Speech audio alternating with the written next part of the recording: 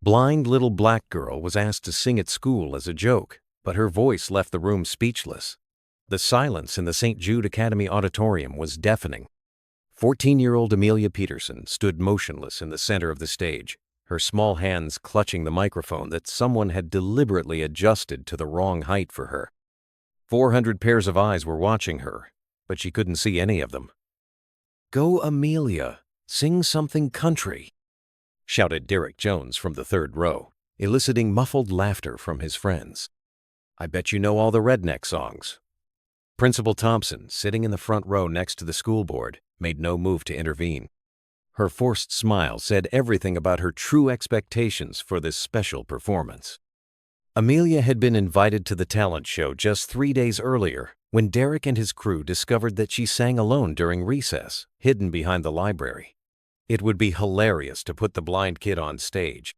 Derek had whispered to Sarah Davis, the student council president. "Imagine the look on everyone's face when she embarrasses herself in front of her parents."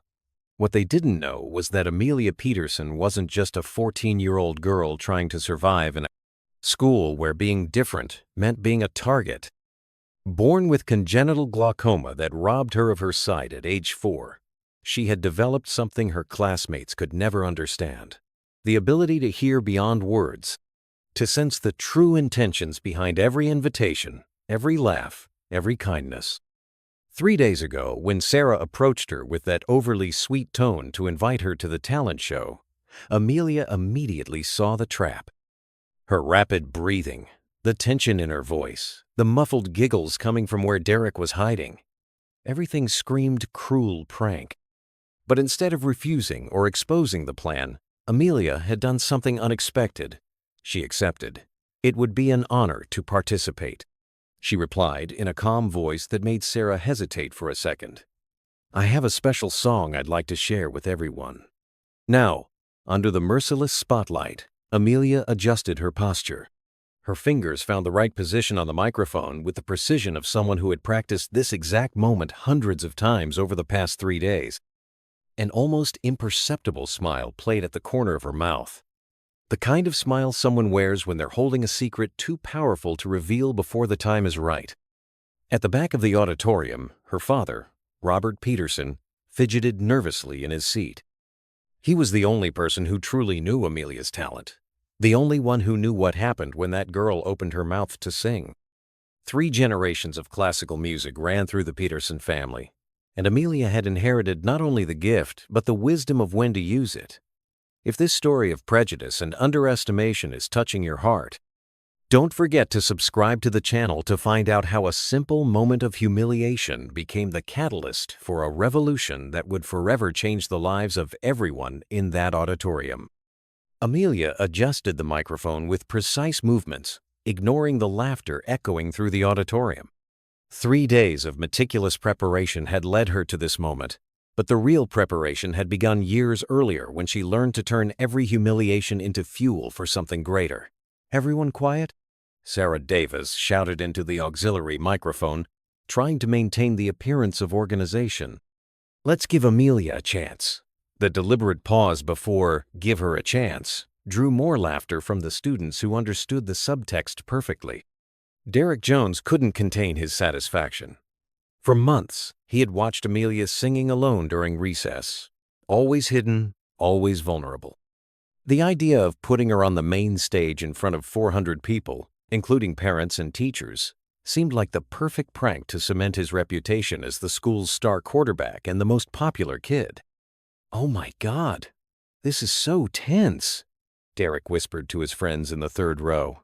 "I bet $5 she'll cry before she can sing a note."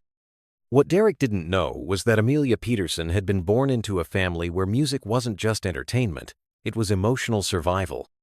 Her mother, Jane Peterson, had been a famous pianist before complications during childbirth resulted in congenital glaucoma that would rob Amelia of her sight at age 4.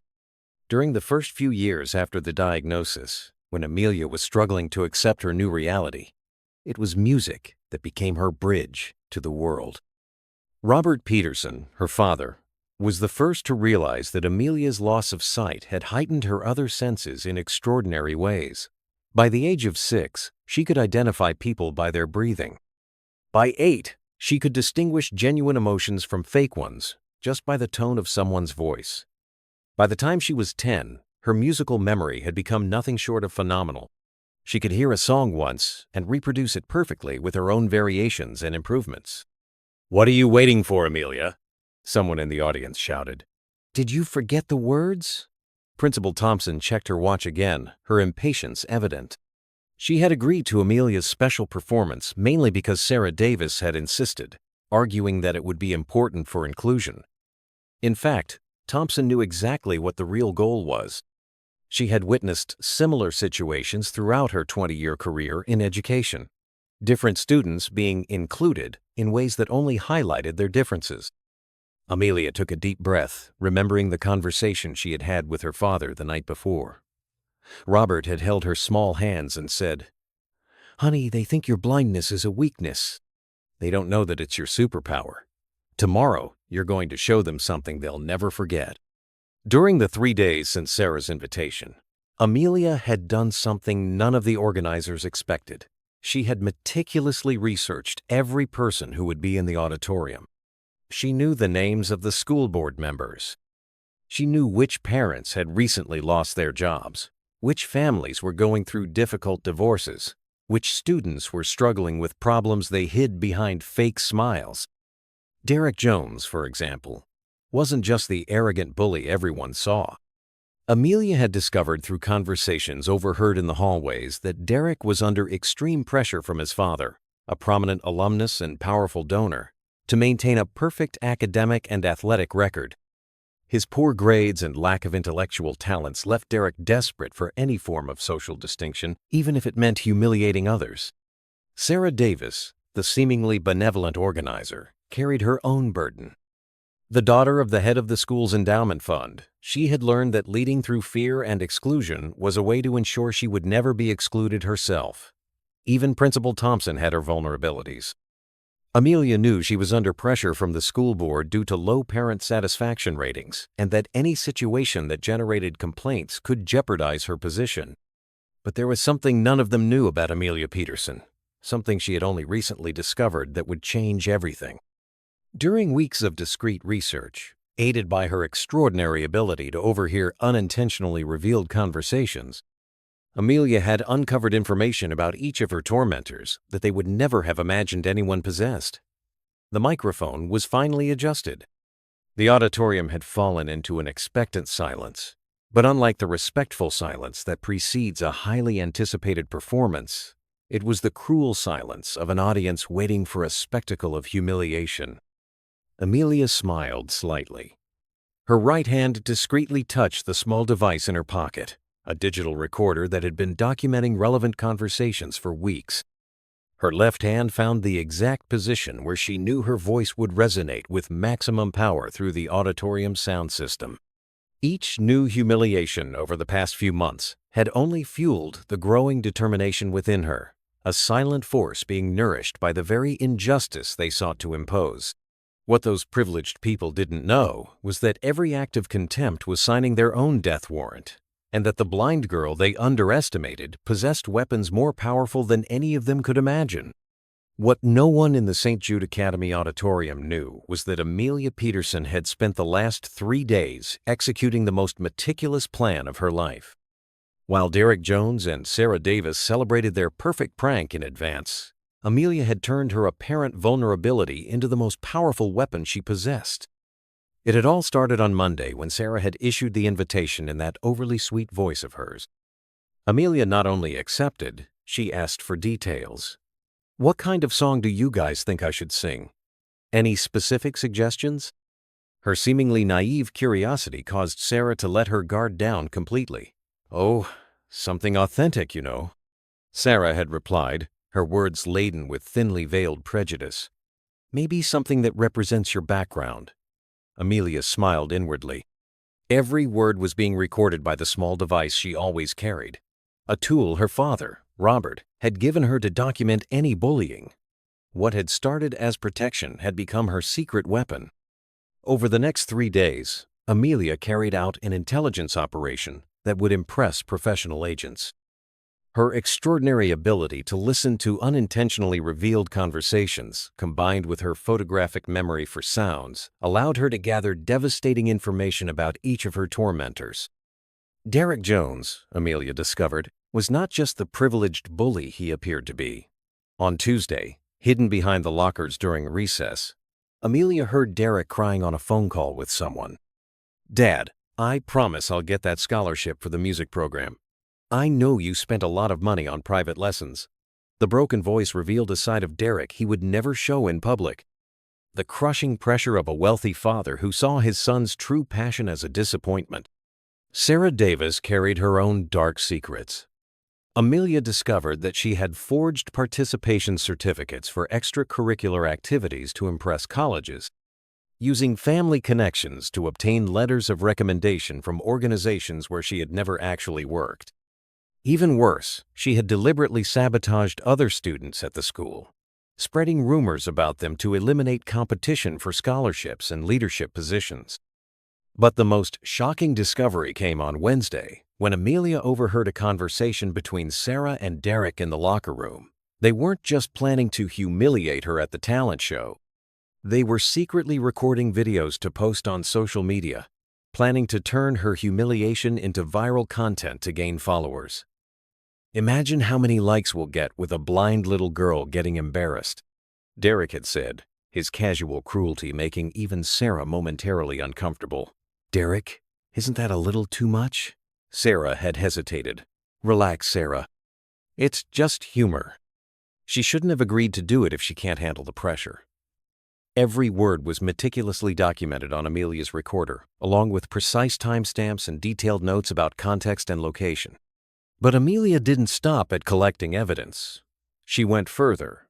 On Wednesday evening, sitting in the small but cozy kitchen of his home, Amelia shared everything with her father, Robert. At 50, Robert Peterson had seen more injustice than he cared to remember. But he had also learned that the best way to fight prejudice was through strategic preparation and the unquestionable demonstration of excellence. "My daughter," Robert said, his experienced hands organizing the evidence Amelia had collected, "your mother and I have always known that you have a special gift. Not just your voice, but your ability to see, to really see people for who they truly are." Robert then revealed something that would completely change Amelia's strategy. For years, he had quietly documented instances of discrimination at the school, building a detailed file of incidents that the administration had ignored or downplayed. As a longtime volunteer at the school library, he had access to information and relationships that could prove crucial. "There's something you need to know about Principal Thompson," Robert said, his voice low but firm. "She's under investigation by the school district for mismanagement of funds intended for inclusion programs. If one more incident of discrimination happens on her watch, especially something that becomes a public scandal, she could lose her job." Amelia processed this information with the same strategic precision she had applied to her entire plan. Principal Thompson wasn't just a passive observer. She was an active participant in a system that allowed and even encouraged discrimination, and now she had as much to lose as anyone else. On Thursday, Amelia made her most daring move. Using a library phone during lunch, she discreetly contacted 3 local media outlets, including the television station that covered school events and 2 influential community blogs. Her message was simple and compelling. "A special situation is unfolding at the St. Jude Academy talent show tonight. You'll want to document this." Amelia didn't specifically mention discrimination or bullying. That would come out naturally.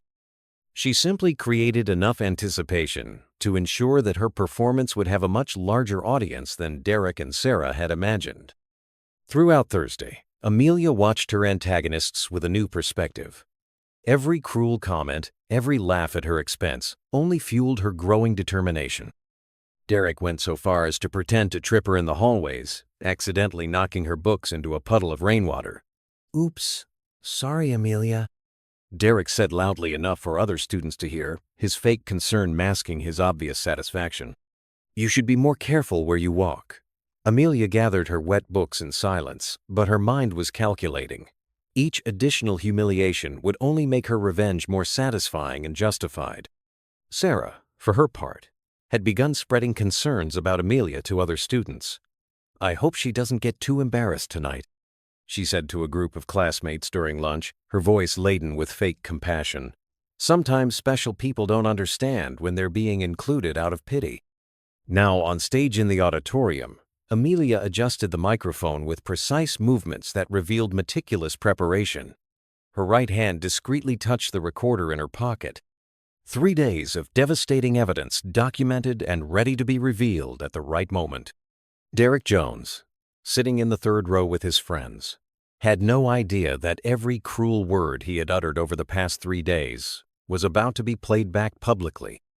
Sarah Davis, organizing papers at the sound table, had no idea that her confessions about academic fraud would soon be in the hands of the appropriate school authorities. Principal Thompson, checking her watch again impatiently, didn't know that representatives from the local media were already discreetly positioned in the auditorium, alerted by an anonymous tip about a special event that was about to take place. But there was something even Amelia hadn't fully anticipated, something she would discover only in the next few moments, and which would transform her carefully planned revenge into something much greater than mere personal retribution. As she adjusted her posture at center stage, an unexpected energy began to take shape in the auditorium, as if the very air were charged with anticipation for a revolution no one saw coming. Amelia adjusted the microphone one last time and smiled with the serenity of someone about to rewrite history. "Before I sing," she said, her clear voice echoing through the silent auditorium, "I'd like to share something special with all of you." Derek Jones shifted uncomfortably in the third row. That wasn't in the script for the humiliation they had planned. "Over the past 3 days, since I was so kindly invited to this talent show," Amelia continued, emphasizing the word invited with subtle irony, "I've learned a lot about my fellow students and about how some people view students like me." Amelia took the small digital recorder out of her pocket and held it up for everyone to see.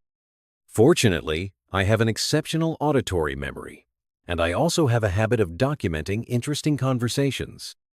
The blood drained from Sarah Davis's face. Derek Jones tried to stand up, but his friends pulled him back into his chair, realizing that running away at this point would be an admission of guilt. "Derek Jones, for example," Amelia said, pressing play on the recorder. Derek's voice echoed through the auditorium with crystal clarity. "Imagine how many likes we'll get with a blind little girl getting embarrassed." A murmur of shock rippled through the audience. Parents looked at each other with expressions of growing horror. Derek tried to protest, but Amelia wasn't finished. "And Sarah Davis, our dedicated student council president," Amelia continued, her voice remaining calm as she played another devastating audio clip, "It's just humor. She shouldn't have accepted if she can't handle the pressure." Sarah was visibly shaking now. Her parents, sitting in the second row, looked at her with a mixture of disappointment and shame that cut deeper than any official punishment. But Amelia had saved the best for last. "And our esteemed Principal Thompson," she said, turning directly to her, "who authorized this special presentation, knowing full well what the real purpose was." The next recording made Principal Thompson turn as pale as a sheet. It was her own voice in a phone conversation she thought was private. "Let the kids have a little fun.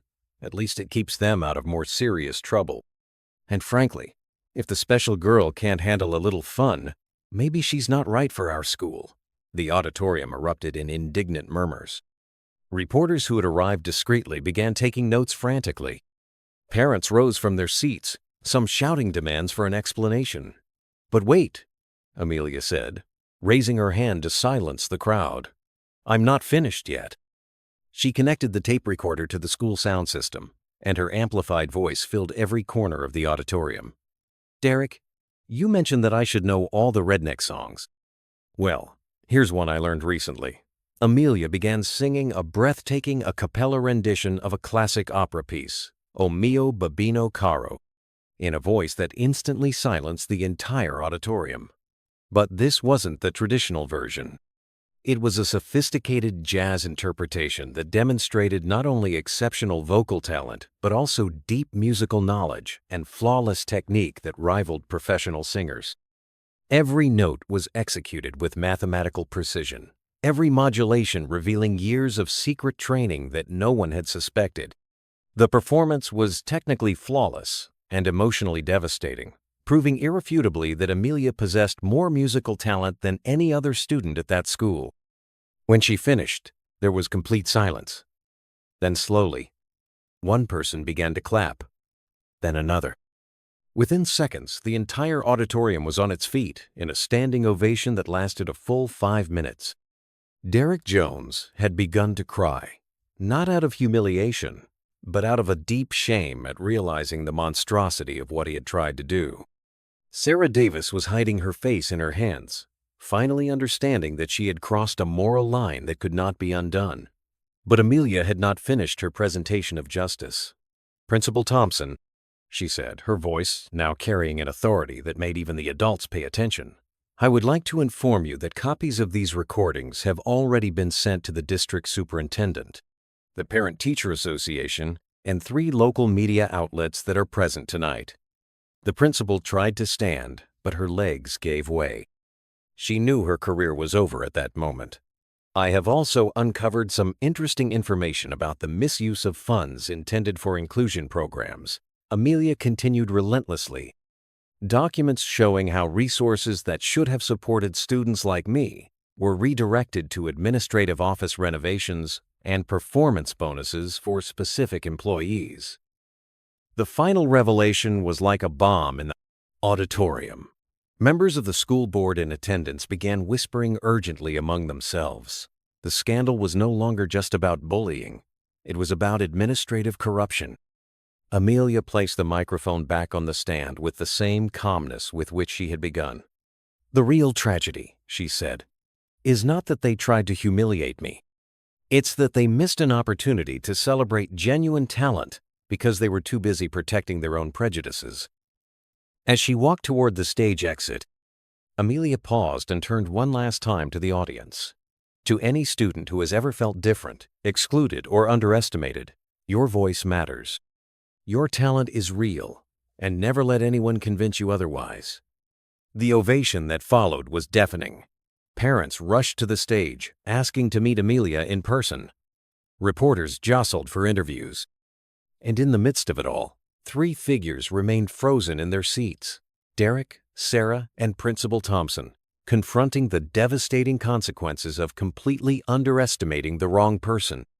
What none of them could have imagined was that tonight was just the beginning. Amelia's recordings would not only destroy careers and reputations, they would catalyze a full investigation that would reveal a pattern of systematic discrimination that went far beyond a single private academy, reaching levels that would transform the entire school district forever. 6 months after that transformative night at St. Jude Academy, Amelia Peterson was sitting in the most prestigious recording studio in the city, putting the finishing touches on her first professional album. The same hands that Derek Jones had mocked now created music that touched thousands of people across the country. The investigation sparked by Amelia's recordings had spread like wildfire throughout the school district. Principal Thompson didn't just lose her job. She was formally charged with mismanagement of public funds and systematic discrimination. Her desperate attempts to deny the evidence only deepened the scandal when more recordings surfaced, revealing years of prejudiced comments documented by other students who finally found the courage to speak out. Derek Jones faced consequences his family never imagined possible. The viral video from the night of the talent show, showing his cruel words followed by Amelia's transcendent performance, turned him into a national symbol of privilege and bullying. Universities canceled admission offers. His powerful father, publicly shamed, was forced into an early, embarrassing retirement. Derek spent the next several months in intensive therapy, confronting for the first time the real consequences of his actions. Sarah Davis discovered that cheating on academic papers had legal consequences when investigators uncovered the full extent of her lies. Her fake letters of recommendation cost her not only her college admission but also resulted in criminal charges. Her family's reputation was so tarnished that they had to move out of the community. But Amelia wasn't satisfied with personal revenge. The evidence she collected catalyzed systemic changes that benefited hundreds of vulnerable students.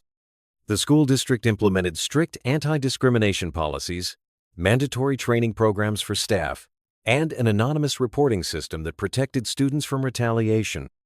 Amelia's story inspired documentaries, academic articles, and nationwide changes in education policy. Music universities competed to offer her full scholarships, but Amelia chose an institution known for its commitment to social justice and diversity. During the graduation ceremony at St. Jude Academy, now renamed the Robert Peterson Academy in honor of her father's quiet activism, Amelia was invited as the keynote speaker. On the same stage where she had been humiliated, she addressed a completely different audience. Students, parents, and educators who had come from across the country to hear her words.